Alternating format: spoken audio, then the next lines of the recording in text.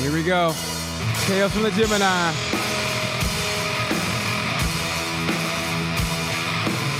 El Paso's own Feline Fox, The Walk. Yeah.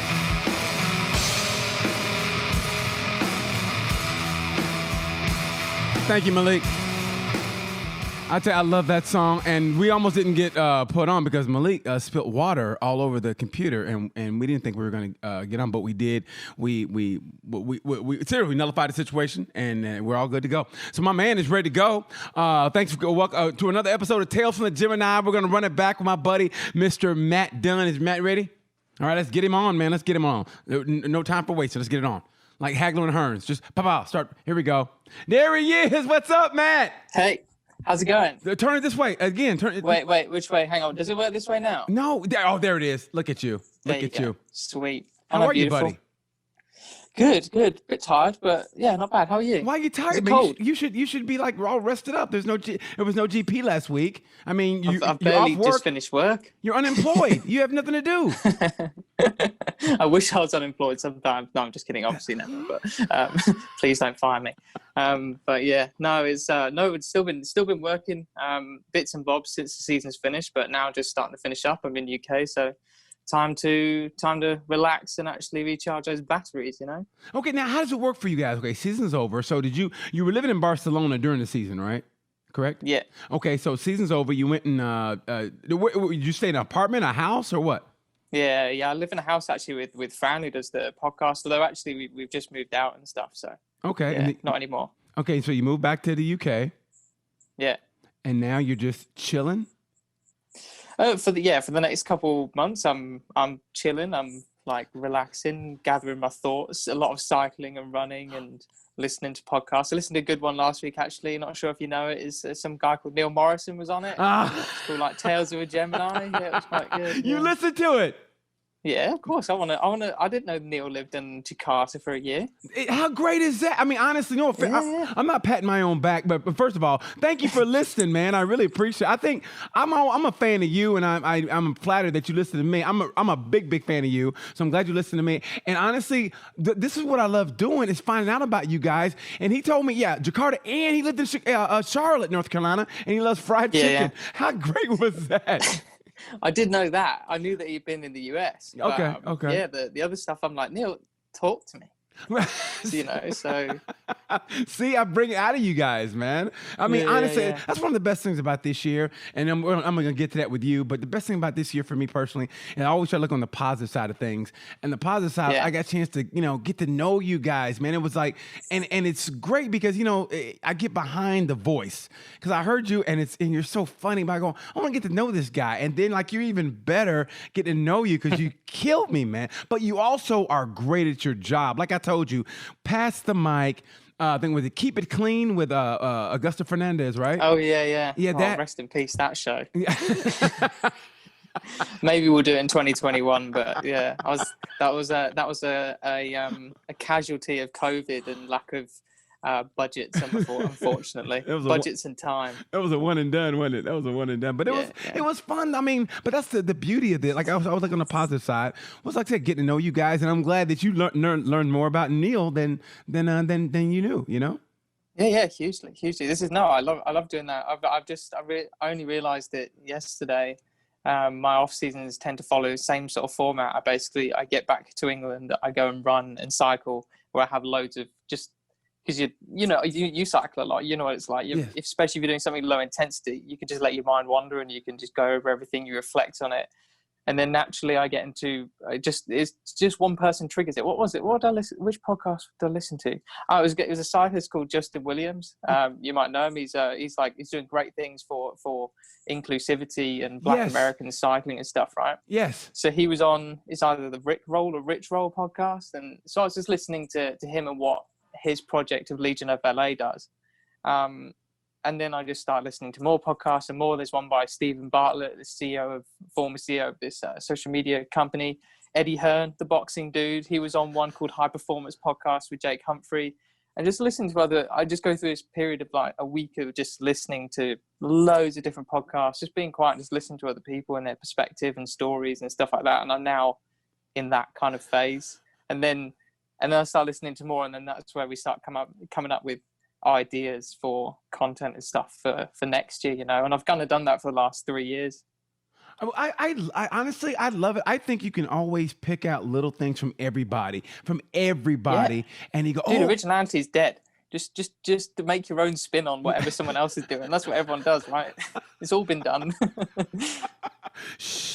But yes, yeah. but that's exactly what you do. Honestly, it's like, and that's how, to me, you become successful, or you go, I never thought of it that way. Like, I think next week I'm going to have Matt Dickerson on, the one who trained Bradley Smith, and he trains I love Matt. Yeah, he's great. Yeah, I'm going to have him on next week. And you know, and that's going to be interesting for me, because I'm going to find out, like, you know, I mean, I think it's going to be difficult, because like training and how, you know, talk about somebody about training when I asked him actually training, and, you know, do a Zoom is going to be challenging, but I'm looking forward to it, you know, about diet and how and I think his thing was, or I was reading about how a lot of people go, you know, high intensity workouts, and he's like, just keep it level. Like, especially endurance athletes, they say they don't really run that far or cycle that far, but they just they keep it level and you're like, really, and I don't know, it's just really intriguing. I saw he did an Instagram post today yesterday about cycling, actually. Yes, that's the one. Spoke true to me. Yes, because it was like 80% low intensity, 20% high intensity, and that's actually, that loops back to what I do when I come back to the UK. I've not seen my girlfriend yet. I'll see her like next week, and but when I'm just on my own with my, like, staying at my parents' place, obviously now it's more extreme here. But if I'm not seeing my friends, which I'm not at the moment because COVID and this and that, no pub and stuff, I just go running and cycling, and at the beginning I do take it very low intensity, but that's more to, like, so I don't overdo it, so I don't injure myself, and then also because it does give you time for that reflection, which, as I'm not an actual athlete, I just do it for fun and, like, personal fitness and health. I can afford to do it. But yes, like, low intensity stuff's awesome. Well, okay, now just correct me if I'm wrong, but didn't you do triathletes? Yeah. I did. I get more and more annoyed. Do you know what? The lockdown was one of the worst things that ever happened to my old, like, personal achievements as like a triathlete. I was never any good. I was just a novice amateur guy. But on Strava, I had so many segments around where I lived, and every day I was getting emails going, "Oh, someone stole your course record. Oh, someone stole your KOM round here." And I'm like, "What the fuck? When did I get that?" And then I look back and it's like 2014, 2015, before I moved to Spain.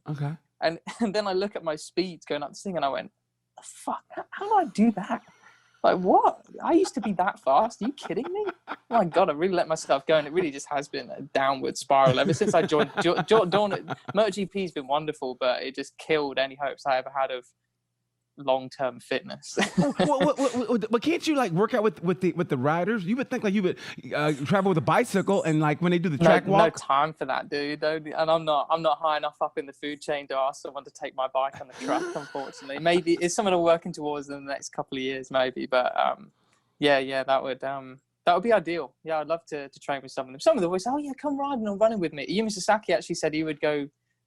He would come running in Portimao, but he never did in the end. Oh man, you know, I chatted with that dude. That guy is hilarious. I love it. I love Sasaki. I think he's going to have an incredible year next year. I remember when last episode you asked me, like, who do I really rate or who's underrated? Actually, I should have said Ayumu as well as Yuki Kuni, because he's pretty special. Yeah, I mean, you know, but Sasaki killed me. I remember Maria kind of gave me she goes, he's sneaky funny, you know? And so we were talking, once he got warmed up, that dude was killing me. I'm gonna try to get him some cowboy boots if he comes to Austin. I can't wait for you guys to come to Austin, man. Seriously, I'm gonna get him some cowboy boots. I'm gonna try to get Neil some fried chicken from Popeyes with some gravy on it. It's gonna be a good time. I want some chicken wings with like really hot sauce on them. A bit like, you know, Hot Ones, the internet show. Yes, yeah. Well, do that, man. I mean, if everything, knock on wood, everything goes right, I can't wait for you guys. I know you guys are going to be working, and me, it's going to be shits and giggles, but we've got to make time, like, at night. You know what I mean? And maybe an hour and a half. I know you guys get to bed early, rise up early, but, man, we got to do that. We got to hang, brother. I mean that. Big time.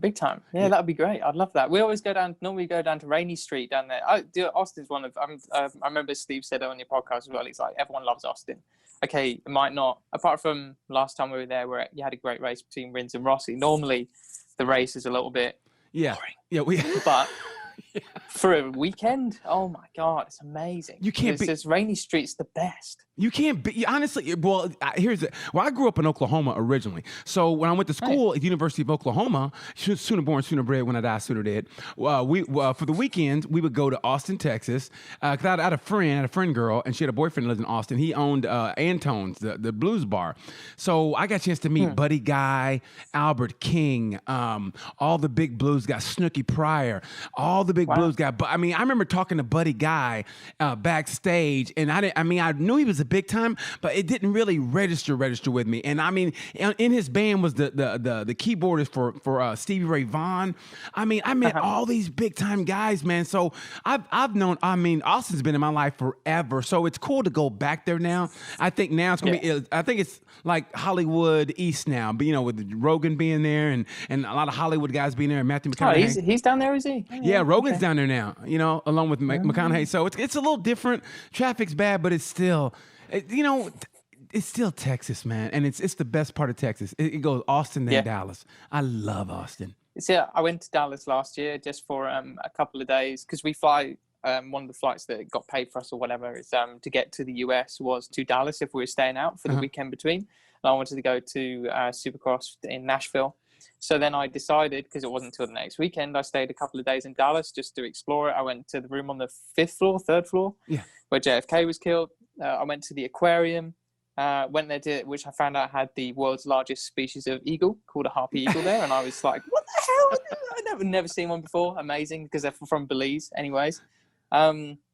Just walked around. I really liked Dallas. It was not what I expected at all. I didn't realize how many of these US cities are quite small. Like, because I'd only ever been to like New York and San Francisco. Yeah. But like Austin and Dallas and even Nashville, like they're quite, the downtown part is quite small. There's like a small cluster of high-rise buildings. Yeah. And then further out from that, it's not so many. And it just really fascinated me. It was a great trip. I loved it. Yeah, I lived in Dallas for about a year. And that was one of my favorite places I've ever lived. I mean, to this day, because I was graduated, went to Chicago, lived in Chicago about a year, and then I moved to Dallas. I love Dallas. And then I lived out of my car for 3 years and lived in LA for about 10, 15 years. Now I'm in Indianapolis. It's not a bad place to be. Indianapolis it's nice. And you know what? The best thing about Indy, I tell people, it's the greatest sports city in America, and I mean America, because they're the only city that takes racing seriously and gives it the carte blanche that it deserves. Like when MotoGP was here, they renamed all the streets after the riders. They had like Rossi Boulevard. Yeah, they had Rossi Boulevard, Lorenzo Way. I mean, they renamed the streets during that week after riders. I mean, and they had like Bikes on Meridian. That's where all that they would block off about 5 or 6 city blocks. No cars, nothing but bikes, and they lined up all. And I swear to God, it was like thousands of bikes lined up, and even in the center median, and they called it Bikes on Meridian, and it still goes on to this day. And I tell people, Indianapolis is the greatest sports city. And people get mad when I say that. All the big cities like Chicago, I said no, because in Indy, you don't need a car. Once you go to downtown Indy, you can walk around. We have a football stadium. We have a AAA baseball stadium. We have an Olympic swimming and training center downtown. We also have the basketball court here. And it's less than a $20 Uber ride to the greatest racetrack in America. I mean, for oval racing is, to Indy 500. So it's the greatest sports city in America. I mean, that's the best thing about Indy. It really is. After that, that's cool. It's suspect. But still, but other than that, it's a good city, man. It's a good racing city. It's a good racing city. Same with all cities. It's fine. Yeah. So, okay. So are you on Strava? So I can follow you on Strava? And we can, yeah. I'm going to follow you on Strava. Yeah, do it. No, that'd be great. Yeah, because I'm always trying to get into miles. My brother's a really good cyclist. He always tells me I'm a bit of an idiot because I don't do much exercise throughout the season. Like I've ran most of the circuits this year. Yeah. With Ian, who's John McPhee's like personal assistant, works for LS2 helmets as well. He's a really good guy. Ran most of the circuits, but apart from that, I wasn't doing much running outside. There was loads of stuff the schedule was so intense and stuff like this, so I wasn't doing much to keep it up. But then as soon as I come back to the UK, I just smash it. I'm out like most days, maybe I have maximum 2 days off a week, but normally barely even one. My brother just goes like, I don't know how you don't get injured because you're an idiot. You come back and you just go 40 kilometers, 50, 60, 70 the next ride, and then just like try and go as far as I can. And but no, I'm taking it more sensible. I listen to my body. I've got calf protectors on from a walk I did just before coming on because my Achilles is getting a bit tight. So want to recover it. So I try to take it seriously-ish. Well, take it from somebody who's got a couple of years on you, just a couple. I've been I do yoga every morning, and it helps, man. I literally do yoga every morning. Go to YouTube, find like what body part hurts, or whatever, and go anywhere from 15 to 20, sometimes just 10 minutes or 45 or whatever, and do that workout. And if you do it every day, honestly, it makes a difference. And also, what I'm doing, I learned from my producer, who I listen to all you young guys, is that he's 19, and I've been taking cold showers since March. Since I started doing you're one of them. Oh yeah. You're one of them nutters. Yes, I've been doing cold showers literally since March, and it makes a difference. So try yoga and try nothing but cold showers. Even on a cold day when you come in, do a cold shower, and man, I'm telling you, it'll make a difference. And I'm gonna follow you on Strava. I'm gonna follow you on Strava, and we'll track your progress. Keep up to date. Yeah, man. Awesome. We'll do it. Okay, so it'd be good. So during the season, whenever, like, I know it's good to recharge your batteries and everything, but what's the thing that surprised you during the season? I mean, I know it was a weird season starting off, but what surprised you at the end? Is like, I did not see that coming. Other than COVID, obviously, that's the elephant in the room. I did not see just how mental the season would be, the race would be, the results and everything. The craziness of the races and just the mixture of storylines throughout all three championships. It was just never ending.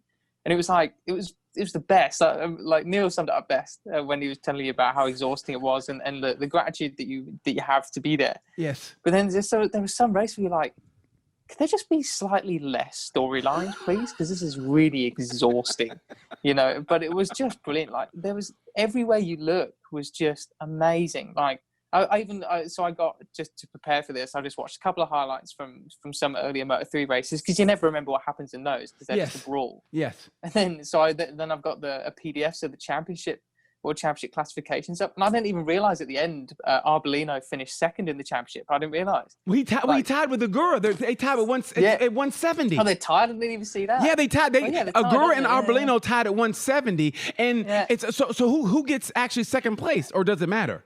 Well, no, it would be Arbolino because he won a race. But... And Arbolino, God bless Arbolino. I mean, he got screwed because he never had COVID. He was on a plane, correct me if I'm wrong, where the guy 2 rows behind him had it.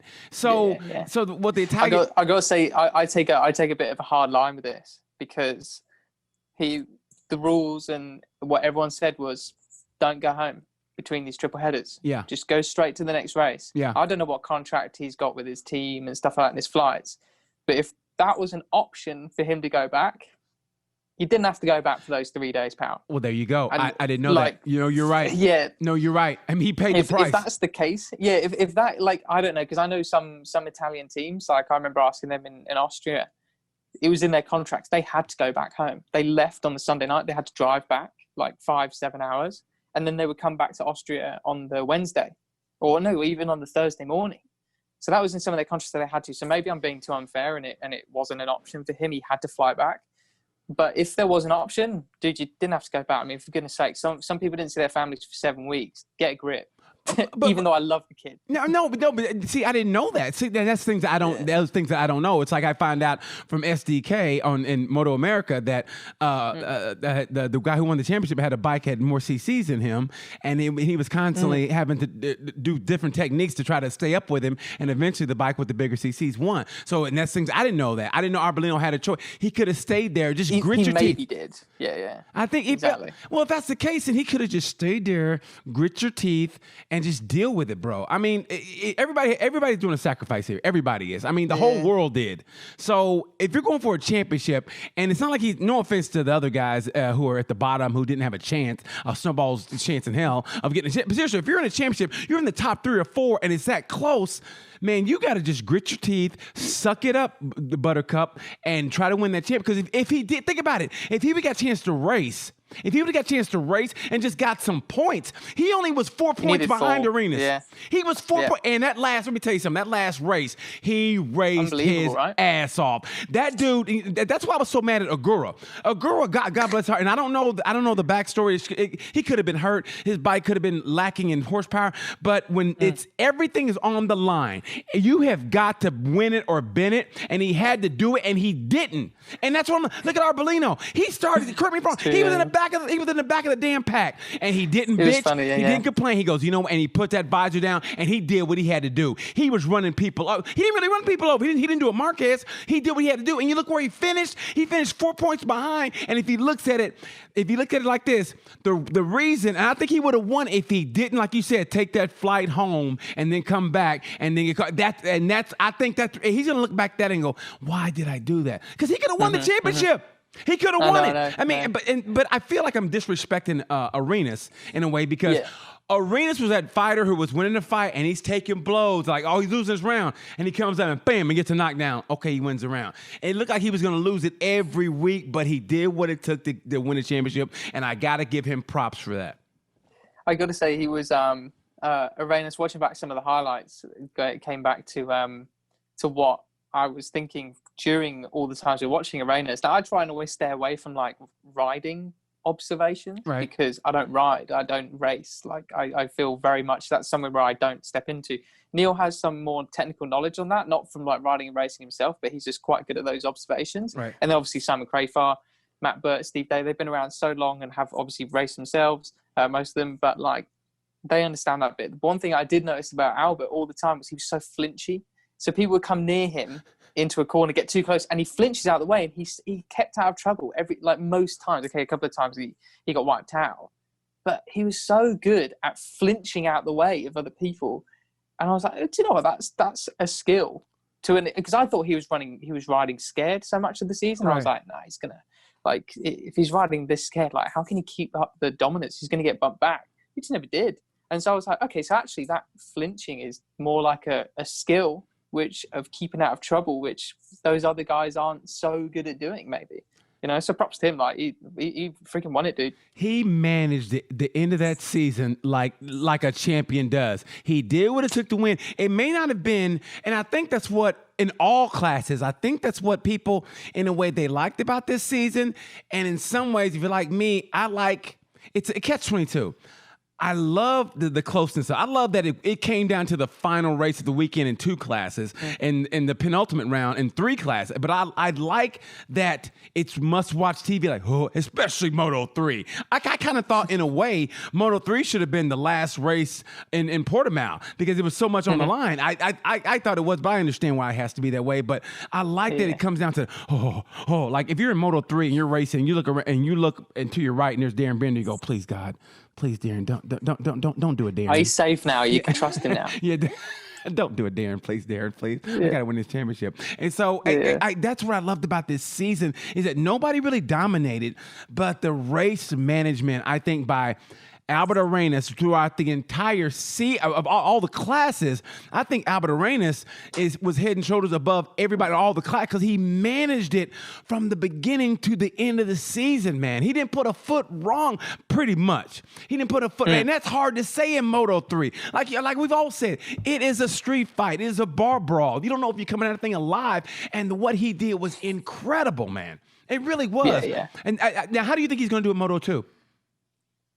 I like to think he'll do well. He's got a really good group of people around him as Albert. So he's one of those guys where, like, as long as he doesn't get ahead of himself, expect too much of himself, because hardest championship in the world, Moto2, apart from MotoGP, you get what I mean.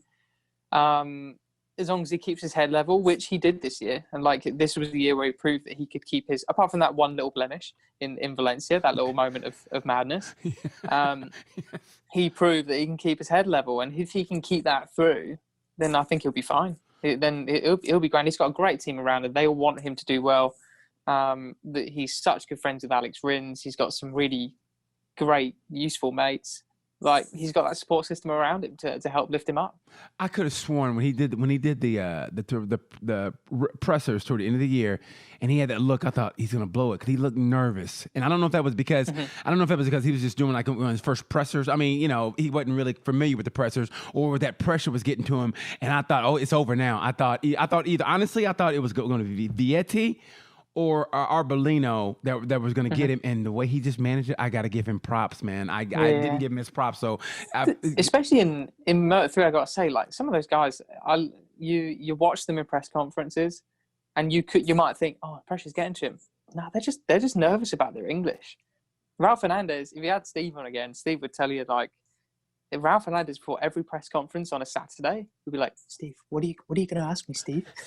And like and things as Steve would tell him, and Ralph would be looking at his dad for sort of affirmation. His dad would be like, and he'd be like, okay. And then I think it got to the last one, and Ralph said, Steve, what are you going to ask me? And Steve went, Ralph, I'm not telling you anymore what I'm going to ask you. You know what I'm going to ask you. You've been here like 10 times. And he's like, okay. And so they just get nervous about their English. So but that's such a funny, kind of dynamic, because they're 16, 17, 18, 19, 20-year-olds. They're still becoming and finding out who they are, as well as developing their skills on the bike. Yes. They're just not comfortable with it. And it's adorable to look at sometimes. And I like that as a 26-year-old, having grown up. Because when I first started, obviously 3 years ago now, I was 23. Yes. 23? Yeah. You've been with MotoGP for 3 years, yeah. Yeah. And I was barely as old as those Moto3 now. Okay, I'm very young, obviously. Yeah.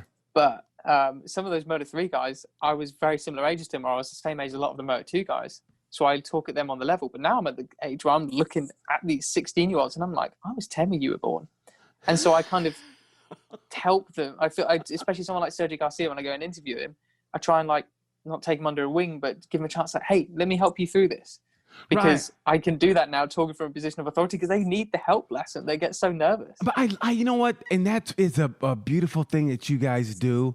It's so subtle, but it's beautiful, because you see them struggling and you'll answer the question for them or kind of get them out of that and it's beautiful the way, because I feel for those guys, because, basically it's almost like that old Mitch Hedberg joke, like, hey man, I just really wanted to tell jokes, and those guys really just want to race, and it's everything that it comes with it. You have to be able to, talk, it's got sponsors, you got to be able to talk in English, and that's not their native language. So you got to give them credit, man. And I feel for those guys. They just want to race bikes. It's all they want to do, and then everything else comes along with it. You know what I mean? But I love the way you guys do that. It's like with kid gloves, and and Raul Fernandez is one kid. I want to have him on. I want to have him on this podcast so bad. I really do. Maybe give him a couple of years for his English, for his confidence. But apart from that, it'd be great. Yeah. Well, I'd be easy on him. I wouldn't go hard on him. Because I remember I was interviewing Sean Dillon Kelly, and I asked him what his old shit moment was when he raced in Red Bull Rookies Cup. Yeah, I remember. I listened. Oh, you listened to that? I thought that was great, wasn't it? How he went, it's really good. Raul Fernandez back, go, holy shit, that's what it's. Yeah. Like, wow, okay, that's the next level, isn't it? Yeah. I thought. My God. He's really shown it since we last spoke, isn't he? Now he was another guy. Well, when you talk about Albert Arenas twitching, I kind of thought Fernandez was the same way, because he was Mr. Saturday afternoon. That guy would qualify. He was always in the front row. And you guys, it's funny how you didn't really talk about it. But if he would have just qualified, if he would have won maybe one more race, or had a couple podiums early in the year, he could have won that championship. He finished fourth. He finished with 159 points. I mean, he could have won the championship. He really could have. I feel but I don't know whether it's always. I really thought this was one of my cycling and running thoughts since coming back, when people review the season and people see. If I was a bit more harsh, and I'm sure there are fans there. You call him like, oh, Mr. Choke on Sunday, because that's what it looked like he was doing. Yeah. Or Mr. Oh, I can't do this because I'm too tall. But I was thinking about, no one really knows what's going on behind the scenes with those guys. Yes. And it's for us to, it's so easy, and you kind of have to, as a pundit and a commentator and, someone with an opinion on it, you have to kind of make these kind of opinions and brand these kids in this way. But then you think, if you take a step back, you're like, it's really harsh. I feel really bad. But like, something was going on those Sunday mornings with him, where he just couldn't do it. I was even watching those highlights last night, and he was even there until about the last 6-7 laps on most of those races, like in Austria, and then all of a sudden he disappeared. I'm like, where did you go? Yeah. But then he showed at the end, and he's moving up to Moto2 now, but he's definitely not too tall to just smash those races. I mean, that Portuguese race was unbelievable. Like, who's done that over the last several years, apart from Joan Mir and maybe Jorge Martin once or twice in Moto3? Fernandez, but I called him from the beginning of the year. I did. I said, so proud of that, aren't you? Yeah, I really am, man. I will pat myself on the back. I guess I know you calling me out, but you should. But It's my guy. I said, bro, Fernandez. I mean, I don't know. I just saw him and I go, this kid has it. And then Sunday would come and I go, I don't know. Now, which leads me to this question. Has there ever been somebody they're going through something, or it's the bike, and you don't have to give me names, and they don't show up on that Sunday, but the reason why they're not showing up, but you can't really call them out on it.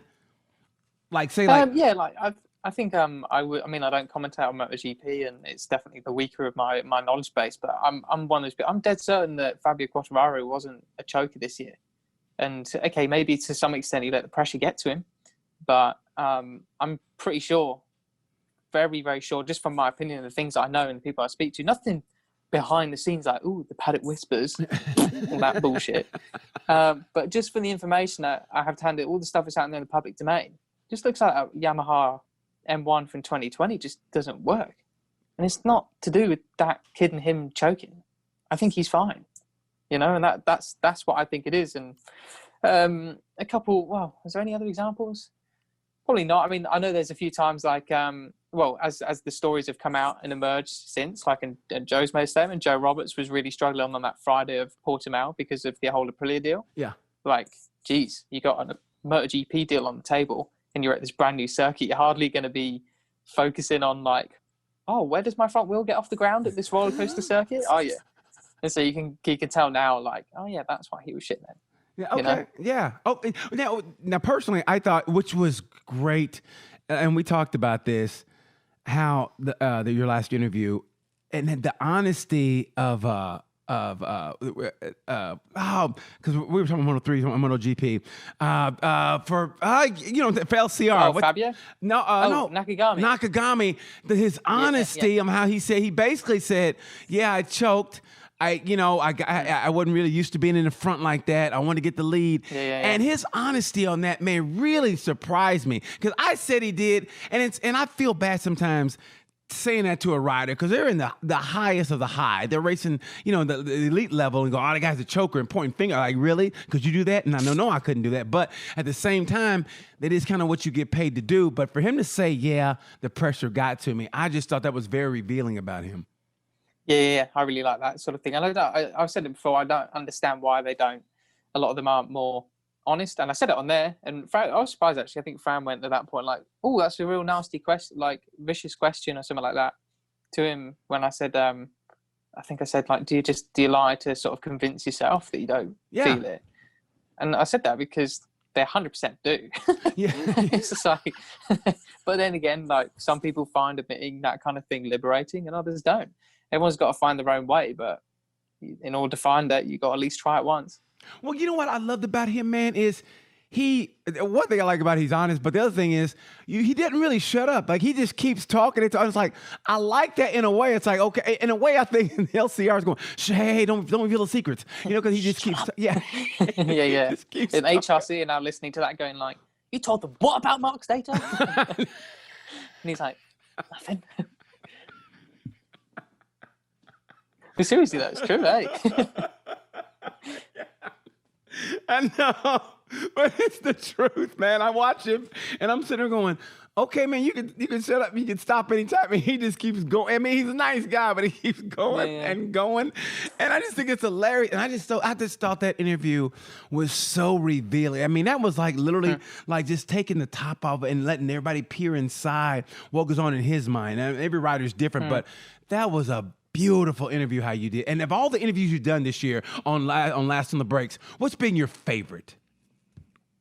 Oh, if you had to pick your favorite, honestly, all of those interviews, I listened to all of those interviews were, and I mean this, they were great. When you got Vinales to reveal he likes being he's a loner, and he said that, and you got him to reveal that, and you got Zarco, you got into a little bit of Zarco, how he came to be Zarco basically, and that was another one I loved. I mean, how you got him to reveal, the real person who he is. So, and it's going to be hard, but what's maybe the interview that sticks out to you? I can't say the best, but what sticks out to you of all the interviews you've done this year on Last on the Breaks? Probably if I was to get a cliche answer, and the one that just sticks out to my head instantly is definitely Lynn Jarvis. Just because I did not expect him to be that way at all. First of all, starting off with just a blatant, like, political statement saying like, yeah, I hated Margaret Thatcher, so I left the UK, which I was just like, wow. Beautiful. Wow. I was like, huh. So instantly we know where his sort of morals and things stand and what he's like. Yeah. That was hilarious. And then how his story of like rising to the top was just like, what? I didn't know this. What? You got all your stuff stolen in the Vatican, and you literally started unpacking boxes in Yamaha to then roll in the roost. And I'm like, Jesus, that's great. And since then, he's like, whenever we see him in the paddock, he's always like, oh, hello, how are you? And stuff like that. And I remember seeing him. It was actually the last time I probably spoke to him. I was walking out of the paddock in Austria after that weekend with the crash, the first one, not Maverick losing his brakes, and I saw him he was just coming out the toilet, and I just said, Lynn, make sure you have a big beer tonight. And he just sort of walked over to me silently, and I was like, am I about to get bollocked? With the way he sort of owned me. And then he sort of said to me, he was like, I will. We got very lucky today and stuff like that. And it was he patted me on the shoulder, and then sort of as we walked on, I was like, geez. And like, but he's just been so, from that moment we sort of opened him up and he was more genuine. He's just been really nice ever since as well. Not that he wasn't before, I just never really got the chance to speak to him. So that was cool. Speaking to some real idols of mine, Greg Minnaar, the mountain biker, Chad Reed.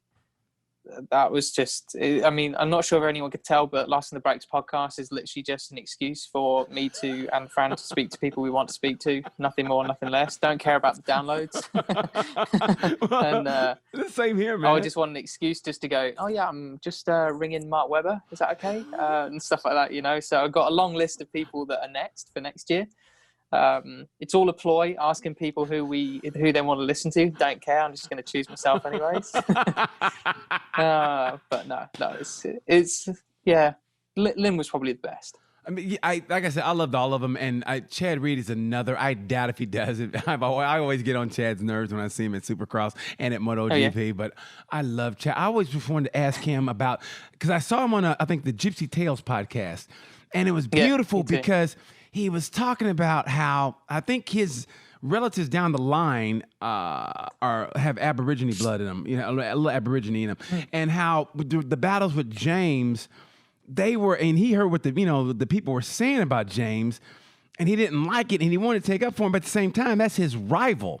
So there was I want to beat this guy. He's my rival, but at the same time, I don't like what they're saying about him because he's black. But that was a beautiful dynamic there, man. Because he's my rival. I hate this guy, but at the same time, I don't like you guys saying this about him because of what that's his skin color. You know, that makes no difference. I just want to beat him because I want to beat him.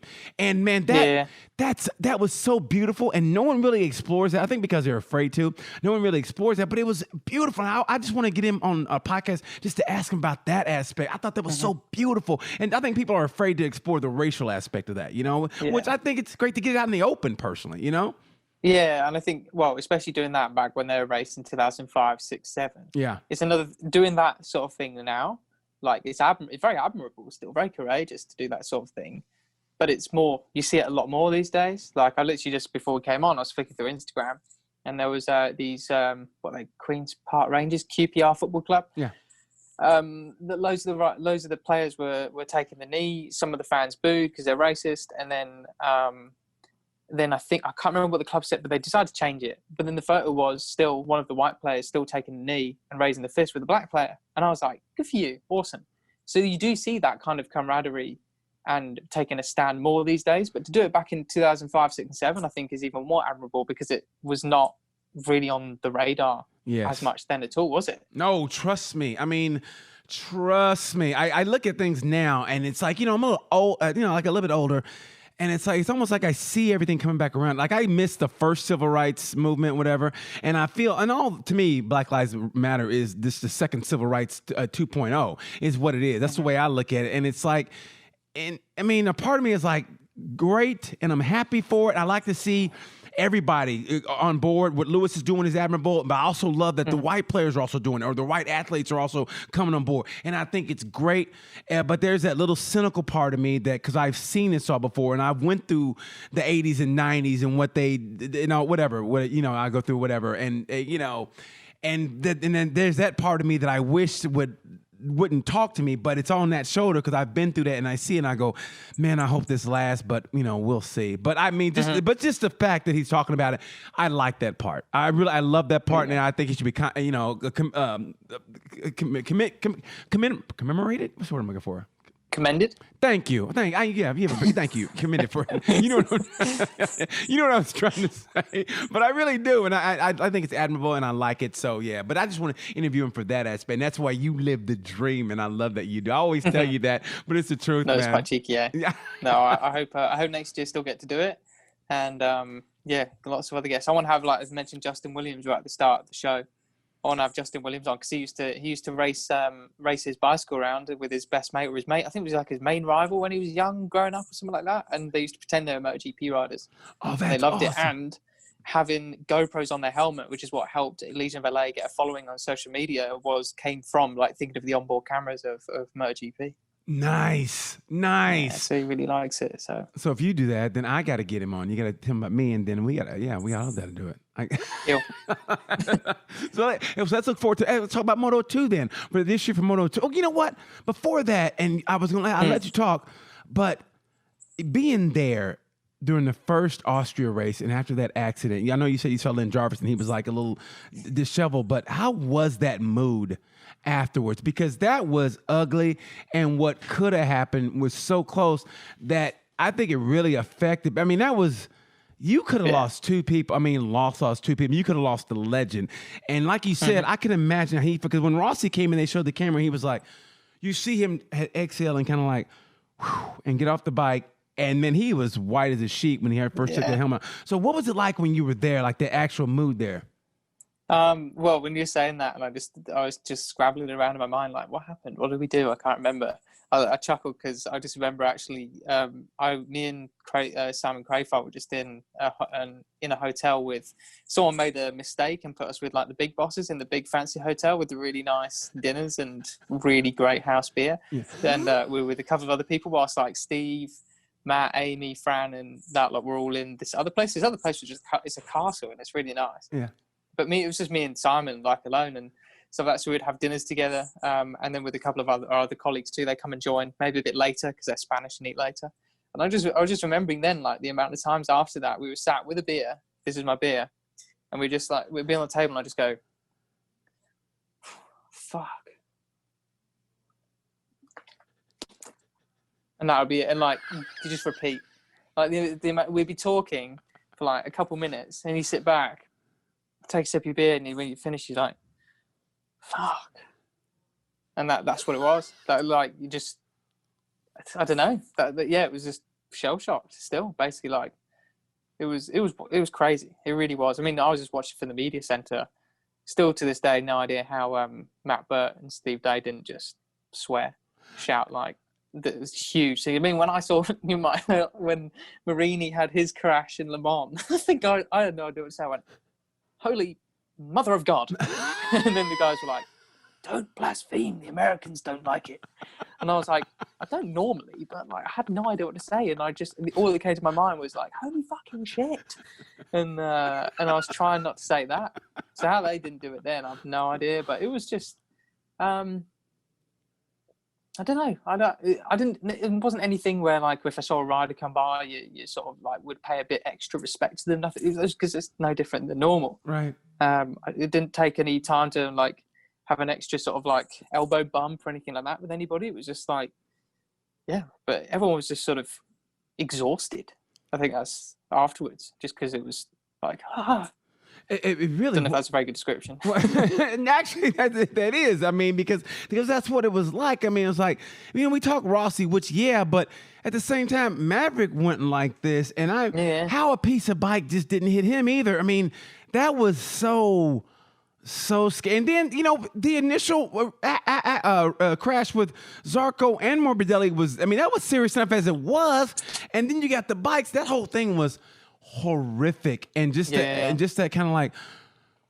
And that, correct me if I'm wrong, but didn't the Moto2 race have what happened to Happy Siren because of Bastianini's bike? See, we already had that, didn't we? Yeah. Oh my God, that was so scary. So, but okay, so the question I was going to ask you, how do you deal with that? Because you had that in Moto2. I mean, even though that was the race, and Steve, they did that was the race. Well, I remember when Philip Salash was on the ground and he was hurt, and I think it was in Valencia because he was hurt, and he laid out there, and I go, he's not moving. This is bad. And I knew it was bad because they didn't show him at all after that at all. And because I don't know what's going on through your ear, but how do you deal with that? Like knowing somebody's seriously injured, but you still have to keep it together for the people listening at home and kind of like pacify them, like, everything's going to be okay or whatever. To be honest, a couple of things like, mate, I can't remember who talked to me about it before, but I try and we just basically say like, well, he's in the best hands possible, hope for the best at the moment, and updates when we get it, and then we try sort of talk about, I think I normally mention like where they've gone down, where that is, and just say like, basically, I hope we get some good news soon. Then I'm like trying to WhatsApp somebody to find out what's going on, any updates, and then we find out, hopefully. And me and Fran actually had to deal with unfortunately the untimely death of Munandar Fritz Munandar back in ATC back in 2019. Yeah. That was pretty hard. But I very much get into a place where it's like instantly, it's not about me. Whenever someone has a bad accident, it's not about me at all. It's not about like have my in terms of how am I personally feeling about this at that time. I have a job to do. Right. And for me, I'm like, I have to just keep doing my job. That's how I deal with it. Which at that time is just providing the information, the necessary sort of filler until you get some updates and things like that. And that's just all you can do until when you're on air and things like that. I think you just have to, I'm normally quite good at in that moment when you have to, it's probably one of my best traits actually in terms of work. When I have to get something done, when I have to do this work, there is no other option because I'm in that place. Mm-hmm. Then I'm very good at just getting it done. And I just go back to that basically, and then afterwards I then decompress. I think about it and stuff like that, and try to compress what's just happened basically.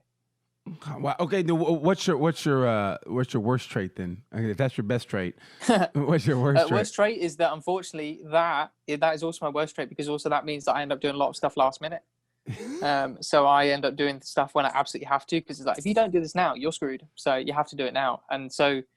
But I'm improving that. This has probably been my best. So that would come down to time management. Okay. So this has probably been my best year yet of time management, because everything that's happened this year, we had a lot of incidents back at home, moving all my stuff back to the UK in such a short space of time because I had so much holiday built up. I literally organised it the week after Portimao, Friday after Portimao I was here, and like when I moved my whole stuff, like back to the UK, ready to try and move house and stuff like that. So. When time's tight, I'm way better at that. But what that has meant in the past is I just leave things until it's nearly too late. But then I get it done, so it's fine. Okay. I don't know if you're going to answer this question honestly.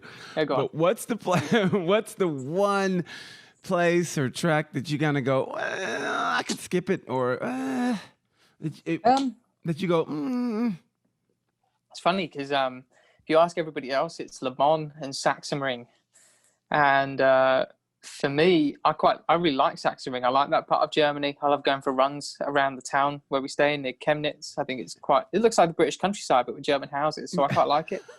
Not even Valencia. Valencia's track is kind of boring, but the racing's good. I really like the amphitheater style. You definitely don't see the full potential of the bikes, right? But I still like it. Like I went for a run. We're allowed at the hotel for exercise and stuff like that, and I went for a run on this like 5-kilometer trail path through the arts and sciences section of Valencia. Through the middle of it, it's got like this ribbon of green and park, and it's absolutely beautiful. So it's such a great place to visit. I even said it a lot on the live actually, and there's a 5K trail run for just runners. Like it's literally for runners. Keep your distance, please. Social COVID, blah blah blah. It's great. I loved it. The only thing is the food in that hotel kind of sucked. Sorry. I mean, fair play to them. They were bulk cooking for about 200 people. Yeah. But it fucking sucked. So like, after 2 weeks, you were like, get me. And like, sorry that it sucked, but mate, like, my experience on the toilet was not good. It's not just me being fussy. If you're messing with my stomach, then your food ain't good. It's very simple. Sorry to the people who organised that, paid it. Sorry to the hotel, but take it as constructive feedback. Okay. What kind of food was it? Was it Spanish food or was it what? They just and they do the same vegetables, which is courgette, aubergine, or eggplant, as you guys call it. You probably call courgette zucchini as well. Yeah. And then pepper roasted, and that's kind of their, and with like some insides of tomatoes, and that's their jam on vegetables. And I'm like, I need variety, you know. And then they love their pasta, and that's what paella was good though. But that's what I do whenever I travel. Always order Italian. That's what I do when I go to yeah, but then I get fat, so I can't do that. Well, okay. Well, I tried then. I tried. Okay, I tried. I'm trying to help you. I don't want to be on the toilet. I want you to be on the toilet. I tried to help you. Just go pasta. I'll tell you what though. I'm trying to think of a place where I don't like to visit. Where you go? I really can't think of one. I really like them all. I really like Qatar. I really like Qatar. I love Qatar. It's just so far away. That's so cool. Austin, obviously, the best. Yeah. Oh, okay, that's your favorite? Even Mateki's cool. Austin, probably, in terms of the actual place you visit, along with Phillip Island, like, equal best. Okay, what's the best place for bird watching then of all the circuits? If you had to go bird watch, Phillip Island. Oh yeah, it's easy. Yeah, gotta be. Yeah. Have you gone bird watching in Phillip Island? Have you gone bird watching in Phillip Island? I just go. Yeah, I went out for a walk for like runs and stuff like that. And was just looking out, and yeah, it was pretty cool. When in my first year, me, Steve, and Bertie went to play golf on the golf course. Just on one of them, there's like 2 or 3, I think, on Phillip Island. We went to the sort of medium, okay one that was kind of cheaper, and loads of geese on there and stuff. That was cool. I like it. Okay. Yeah. Lots of parakeets. Yeah, great. So your favorite of probably Austin to go to. Yeah, just because, Rainy Street, 6th Street, the food, American food. It'll get you fat. It'll get you fat. It'll get you fat. But also Austin, I was always able to go and get load of runs in and stuff. Go and see the bats under the bridge. Yeah. Go for the runs along the Colorado River. Like, wow, this is the Colorado River I'm running next to on a trail. It's great. I love it. It's fantastic. It really is. Also, where's some of the foods there, some like the vegetarian joints. I'm not full veggie, but if I can eat veggie and vegan, like I try to. Especially if it's good, it's like. I am full vegetarian, and they have a great burger place. Full vegetarian. I'm almost vegan. Mexican food. Oh my God, dude! In Texas, come on, Tex-Mex is the greatest. I'll break you in by taking you to Chili's first. I'll break you in, and then after that, we'll graduate to the real Tex-Mex. Well, funny thing about me, which I don't know whether anybody told you before or whether we mentioned it previously, is I love Mexican food. Okay. And I make Mexican dishes and bowls but the problem is I love it really spicy. I love the taste of spice, but mild spice, I'm crying and sweating out my head. Like genuine wet patches all around here, and it's terrible. And that's any mild spice. Really? But I just can't help myself. I love it. Yeah. It's the great, man. I'm telling you, Texas and Mexican food, it is it's the greatest of all places. Actually, the only place that can beat it maybe is California, L.A. Yeah. L.A. and okay, right. Yeah, and near Southern California. Yeah. And Arizona also. Yeah. Okay. Now the actual track. I mean, Austin's everything combined, but actual track, the best track. Phillip Island for sure, or. Do you know what? Actually, Portimao after this year. Yeah, you raved about Portimao. Yeah, just never seen even a Moto3 bike look so out of control. Yeah. And people having to. I mean, guys like Tony Arbolino always look like they do just manhandle the bike everywhere they go. Yeah. But seeing all the other riders just like really going like trying to pull it over, I was like, "Fuck, this must be really hard," you know. And then we did a track walk on the Wednesday. Because Tim gives a shout out. Tim Walpole, who now used to work for Michelin. This is last year working for them. Yes. They always, especially when Nick Harris was part of the broadcast team, they walked every single track that they've ever been to. And Portimao never been there before. He's been there with World Superbikes, I think, but he'd never been there with GP, so he wanted to go for a walk around it. So on Wednesday, we went for a walk around it, and we got to around turn 11. You get going into turn 12 and that turn 13. You come around the tight right-hander at turn 11, and it drops down. It was so steep. You had to like stop yourself from like picking up pace whilst you're walking. And Matt Burt goes like, "Oh my God, it's not going to be a case of who can get the fastest lap round it. It's who can be able to go around at proper speed without being sick." And because it was that extreme. I just can't. I mean, actually, I think the camera guys and the TV directors did a really good job at just showing you how steep it was, because it's insane. Really is. Best place, best track. Beautiful. You know what I hope? I mean, I don't want to see any race actually. Like, I don't want to see them take away any race, but I would love to see them add Portimao. And I know the riders don't want to go 20 races in the year, but I would love to see them add Portimao. I really would. I mean, I think. I hope it does come back. That'd be cool. Are you looking forward to going to the new track in Finland? How about that one? Yeah. I think it's fun. I was talking about it with a friend of mine the other day. He's doing an Ironman near Lahti in Finland, which is about an hour away from where the Kimi Ring is. And he was talking about that. I was like, I think we're going near there next year actually. Kimi Ring. He was like, it's really cool, yeah. Because I think he'd been, or someone he knows been before. Loads of midgets at that time of year apparently. But that's what you get everywhere with pines and stuff. The little bugs that like bite you and shit, which would be a pain in the bum. A lot more tear-offs on the visors, maybe. But it looks cool. It looks really... I think, what was it, Bradley Smith said that as a test rider, he went there and he's like, the track's a bit tight for MotoGP, really. There's like one good section where you can really proper open it up. The beans, but it'll be best on a Moto3 bike. But somewhere new, cool. Let's go. I'd love it. Good for you, man. I mean that. I can't... I'll hope everything is... gets back to normal for next year. Yeah. That's what I'm hoping for. And for you, looking for Moto3, who do you think's going to be? Who do you look forward to win the championship in Moto3 next year? Like as far as the top five that you're looking forward to really make that step up. Okay, I got World Championship classification here, so let's have a look. So Vietti's not in it. Without cheating, I'm not looking. So I'm just going top of the head. So you go top of the head. Yeah, but I can't. But this is the thing. I'm now into kind of relaxation mode. I forget who's in it. I was terrified you were going to ask me like specific events apart from the obvious ones about MotoGP, because I tell you, like, BT, I have no idea. This is where I reveal that I'm a complete idiot and don't know anything. No, because like I said, you're trying to decompress, man. So I understand. I think Darren Binder can do something pretty special next year, as can John McPhee, and then Sasaki and Eunju. Yeah. I think, Dennis, you're going to see a lot more from him. Alcoba, if he can actually be nice on the track with other people. Yeah, what's his deal? Stop pissing everyone off. Yeah, what's his deal? Alcoba. Do you know what? He's really. I did the rookies video. Like meet the rookies video at the Jerez test at the start of the season. Yeah. Introduced myself. Wow, that feels like a lifetime ago because I didn't do anything with a mask then.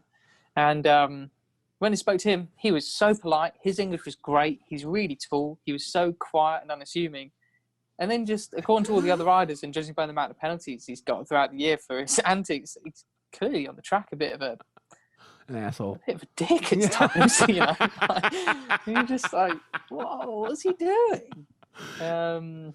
He's young. He's cool. He's trying to make his mark. I always felt sorry for him because in Junior World Championship, he was in the Estrella Galicia team for quite a number of years, and Alonso Lopez, he was number one in the team. Alonso Lopez was number two. Alonso Lopez got moved to the world team, left him, and it was the same with Garcia. And I was like, this ain't fair. Poor Jeremy. And then he moved to another team where he moved to the Cristini team and got a title, and then he's moved up, obviously. But yeah, maybe he's got a bit of a chip on his shoulder, which is good. You know, probably a good thing. Yeah, you got to have that chip on your shoulder. Okay, so those are your top five? Those are your top five for Moto3? Yeah. I wonder what Mino will do on a Honda as well, actually. I think Mino could be a good shout. I love Mino. I hope he gets it together. I want everybody to succeed. I really do. There's not. No, me too. There's anybody I go. I'm such a wet wipe. Yeah. I think so. By the way, you see, Carolyn Ampaui's announced retirement today. Oh, did he? Yeah, I didn't see that. And so was Kazuki Masaki, who was in it last year. So he was in Junior World Championship this year. They both announced retirement today. Oh. And I'm like, oh man, glad for them. Was it because of his finger? Because of his finger? Yeah, and like Kazuki Misaki's dad died. He said in September he's not been able to get a deal together. And then Kipper's, like he needs to be with his family again. Well, you said okay, Powie and who else though? You said Kazuki Misaki. He was in the BOE team last year. He was like number 22. Oh man, I hate hearing guys retire, especially such a young age. And especially like when the Asian kids come over, like, and they've like left behind their families to chase their dream, and then when they call it quits, like you're like, that's rough, because like people don't appreciate how much those kids sacrifice. I think they all unbelievable. They all do, but yeah, they do. And also, I mean, the South Africans for Brad and Darren to come up from South Africa, Jack. I mean, anybody that does that, man, you got to give them credit. I mean, it's almost, I can't say easy, but for the Spaniards, it's a little bit easier. For the Italian, it's a little bit easier. But man, when you move everything, especially the Asians, to come over and have to learn basically four different languages. You know what I mean? Have to learn Spanish and English probably. Yeah. It's so hard for those kids, man. And that just hurts my heart because, I mean, Powie's finger was maybe the ugliest thing I've ever seen. That was ugly. And then he got amputated. Didn't he get amputated? Yeah, in the end, yeah. Oh. As someone who grew up watching British Superbikes, that was kind of alien to me why they didn't just chop it off to begin with. Because in British Superbikes, like, someone has a problem with the finger, it's like, that's gone. Little finger, goodbye. And stuff like that. So I was like, what are they doing? But no, I feel sorry for those guys. So like Leah, like you, complete wet wipe. I just want everyone to succeed, do well. I'm always saying like, I believe in you. I could do it. You could do it today. And then they're like, oh, cheers. And then they probably think, he's probably saying that to everybody. And I'm like, yeah, because I like you all. Yeah, I do. I mean, if I don't say it, if I don't give a damn about you, then I hate that. Because like, hey, he won, but I want all of them to win, man. I want everybody to get a piece of that cake. I would love to have almost like it was in Moto3 this year, all the time, winner take all at the last round. That's just how I want it to be. And I want everybody to succeed. Okay, so in Moto2, who do you think right now, top 5 rookie of the year Moto2 for next year? Rookie of the year for Moto2 next year. Okay, instinct's going to say Arbolino. Because just because one of the most recent conversations I had about it was on Sunday night. His manager, Carlo Pernat, was in our hotel. And we just had a couple of beers. My God. I mean, you want some insider info, actually. Please, this is funny. Please. After party 2020. You ready? Yes. There wasn't one. I think some individuals had some individual piss-ups amongst their little bubbles. Yeah. But we had beers until about midnight. Went to bed. That was it. Oh. Like barely anything. It was so maybe some people in their apartments had an extra few people over and a bit of a piss up. We all had an extra test, all those of us going back to Spain, because we needed a test to even board the flight. So we all knew okay, we're freshly negative, blah blah blah. And we were just in the bar, just having a couple of drinks, and it kind of sucked. But yeah, we saw Carlo Pernat. You know what he's like? Do you know the one I mean? Yes. So he's I mean, he's like the most old school bloke ever. Yes, he is. Yeah. And some of his opinions are a bit. And time for a lie down. You're being nice. You're being very nice. Yeah, and like, wow, okay, out there. But what that guy's achieved is off the scale. Like, if I can ever achieve anything in the sport, 10% of that, I'm doing pretty good. And he's done well enough that guys like Tony Arbolino and Air Bastianini believe in him. They're like, I want this guy. I'm a really young kid, and I want this guy to be my manager because he's going to further my career. And alrighty, so I believe you. Yeah. And Pernat was like, I said to him, so I walked past him. He was still having his nosh, and I went, hey, I got to say, I thought Tony fucked up on Saturday. I thought that was it. His chances were gone, but he did an amazing ride today, and he was like, you haven't even seen the start. He is a really special kid. You think what an Air Bastianini's done, watch what Tony's going to do. And I'm like, okay. Like, he didn't have to say it to me. Like, I was just an off-the-cuff conversation, just me and him. Yeah. And he did. So I'm like, all right. So he could probably do something special. Who else can do? Any more rookies you want? How about Cameron Bobier? You don't think he'll do Cameron Bobier for Rookie of the Year? Even though he's not really a rookie, but he's going to be a rookie for Moto2, you know? I've got a lot from speaking to the American racing guys a lot, because I do a lot of filming with them. We're doing a little behind-the-scenes series with them and Joe. There's an exclusive for you. In January, a little small mini series about Joe will be coming, and the American racing team will be coming out. And so I talked with them a lot to arrange filming, stuff like that. And I believe Cameron will get there. I don't know if it'll be in his first year, though, because it's just such a different animal. But 5-time Moto America champion, he has nothing left to prove there. All he has to do, like, he can stay in the series for as long as he wants, probably, right, even though he's 27. Right. So all he has to do is just keep chipping away. So maybe he does get Rookie of the Year. Maybe he comes in and everyone's like, oh, my God, why was he not here before? Well, he was, obviously, in 2009, like 125. It's like, why did we let him get away? Yeah. But I think at some point he'll crack it. I think he'll do really well. How do you think, let's see, Vietti, how do you think Vietti and Fernandez are going to do in Moto2? Yeah. I think, it's so funny. You can just never tell, because look at Dalla Porta, like, just didn't work for Dalla Porta this year at all. Well, it didn't work for Bezzecchi initially, and then when he changed bikes, but that KTM was shit. Not good. Yeah, it was shit. It was shit. It was not the one, and that's gonna totally So I think maybe you see. I would say I'd expect to see them towards the front and more towards the end of the year, given how good they are. Uh-huh. But at the beginning of the season, like, I wouldn't worry. I don't really care where they finish, because it's like if they start doing well from the off, I'm like, all right, sweet, like Aaron Canet from the get go. Right. Maybe they do absolutely nail it, but if they don't, I still wouldn't worry. No one talks about how great of a job Canet did this year. Canet was a side. He kind of went underneath the radar, but he had a great year. Canet really raced well. He's the only one who nailed the speed up, didn't he? Because he was talking to, it took to Gian Antonio to look at his data and to take his setup, I think he said. That's what Neil mentioned. See, I only ever get my information from Neil. Like, he just says stuff in commentary, and I'm like, make a note of that. And then I don't claim it as my own. I like to be good with that. And I always say the next day, like, oh, Neil, as you were saying yesterday, blah, blah, blah. I try and be fair like that, you know? Yeah. But with Canet, he really did something pretty special. I thought Canet was incredible this year. I really did. I mean, I can't wait for Moto2. I can't wait for the season period for next year. Yeah. I think it's going to be great, personally. I can for now. Ask me again in about a month. Yeah. No. Okay. Well, how long does it take you to decompress? I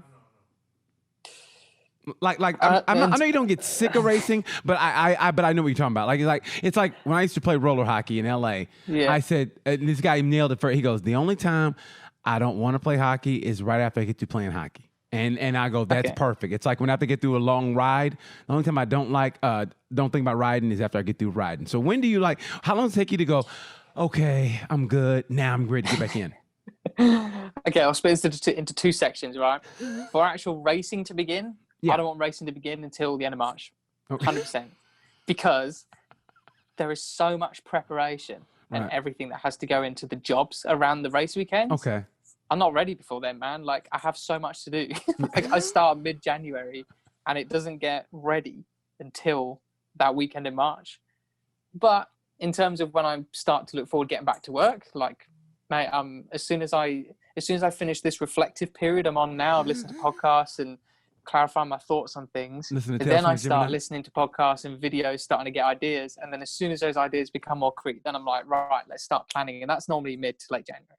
When you start listening to Tales from the Gemini, and so, okay, see what BT's doing, and then that's when you're ready? Yeah. So, yeah, exactly. End of January, hit me up, and we'll start talking. Although maybe we don't have any news to talk about. We're just like, how you doing? It didn't have to be it don't have to be motorcycles, man. You're like my new bestie. You and Neil like my new besties, man. I'm always happy to come on. We don't have to talk about bikes. We can just talk about life. You know what I mean? I can give you advice. You know, you should come over. You should come over here during your break, man. Listen, my roommate has a new girlfriend who's Mexican, and she makes incredible food, and you would love it. Yes. You would love it. She's a great cook. You got to come over. You're putting out of your pores. You're going to love it, man.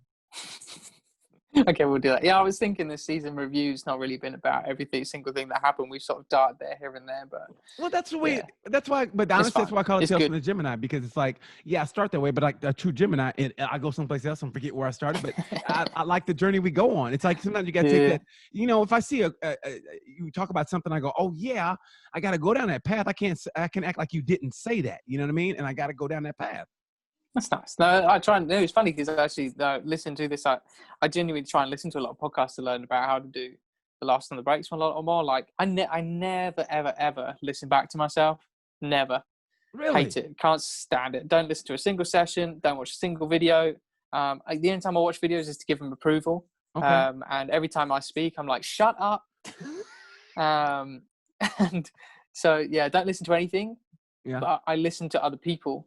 And I try and be very conscious of the things I'm saying at the time when I'm presenting. And I try and pick up what other people are doing. I'm like, oh, I should try and do that. Even I saw Steve English has taken over doing the Mission Winnow series that they're doing for the podcast now, and it's on the same feed as Last on the Brakes. And yeah, he's doing it with this guy called what's his name, Alberto Nasca. Yeah, he's like some Italian YouTuber. He's like really fast on a bike. He's really good. You should look him up. Okay. But they brought him in to be Steve's co-host, going through these new podcast episodes. I listened to the first like 20 minutes, then I had to go out and do something. I was like, Christ, Steve did a really good intro. I should really learn how to do an intro like that. Like, you know, so I take note of these things. And I think about you as well, like trying to pick up on things that people say and listen to them more. And I like to think about that. It's it really helps me improve too.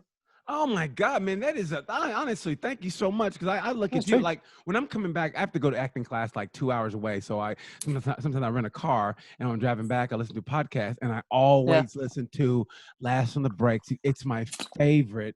And that's why I had to hit you up after the interview with it being so honest. I was like, oh my God, this guy's great. No one ever talks like that. No one. So I love what you do. I mean, I'm a fan of you and hopefully, you know, vice versa. And I just love what you do, brother, and I really do. I like I said, there was what I remember like this year. I just remember trying to get that little nap in after GP when Moto2's on, and after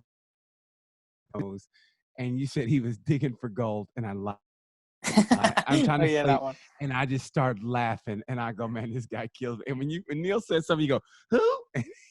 He said, oh yeah, Garzo, right? Because we were talking about it so much. Man, I lie to you not. I don't know why. That was the funniest thing. Where you go, you kill me, man. I swear to God, you kill me, man. And I appreciate you being on as always, brother. Thank you for taking the time. I know you're tired, and I appreciate that. It's been a long season. 6:15. I'm just gonna go for some dinner. And honestly, for the bottom of my heart, thank you so much again for being on Tales from the Gemini. Always been my favorite. You'll continue to be my favorite. Maybe I'll get Neil on again and we'll talk some GP. And maybe I'll get you guys both on at the same time. I would like that. That would be really good, actually. You should do that next time. But when Neil's recovered, Neil I think takes a bit longer to recover than me. Get us both on at the same time. Maybe February. I would do that. Yes, right before you guys, right before we hit the Qatar. Yeah. Sound good? Yep, sounds good to me. All right, man. Well, until then, man, thanks a lot. I appreciate you being on Tales from the Gemini. Good luck in your recovery. I'm going to follow you on Strava as soon as we get out of here, so then you can keep track of me and my miles, and I can keep track of you, and we'll both push each other to being the best athletes that we could possibly be. Appreciate it, man. Good to speak to you again.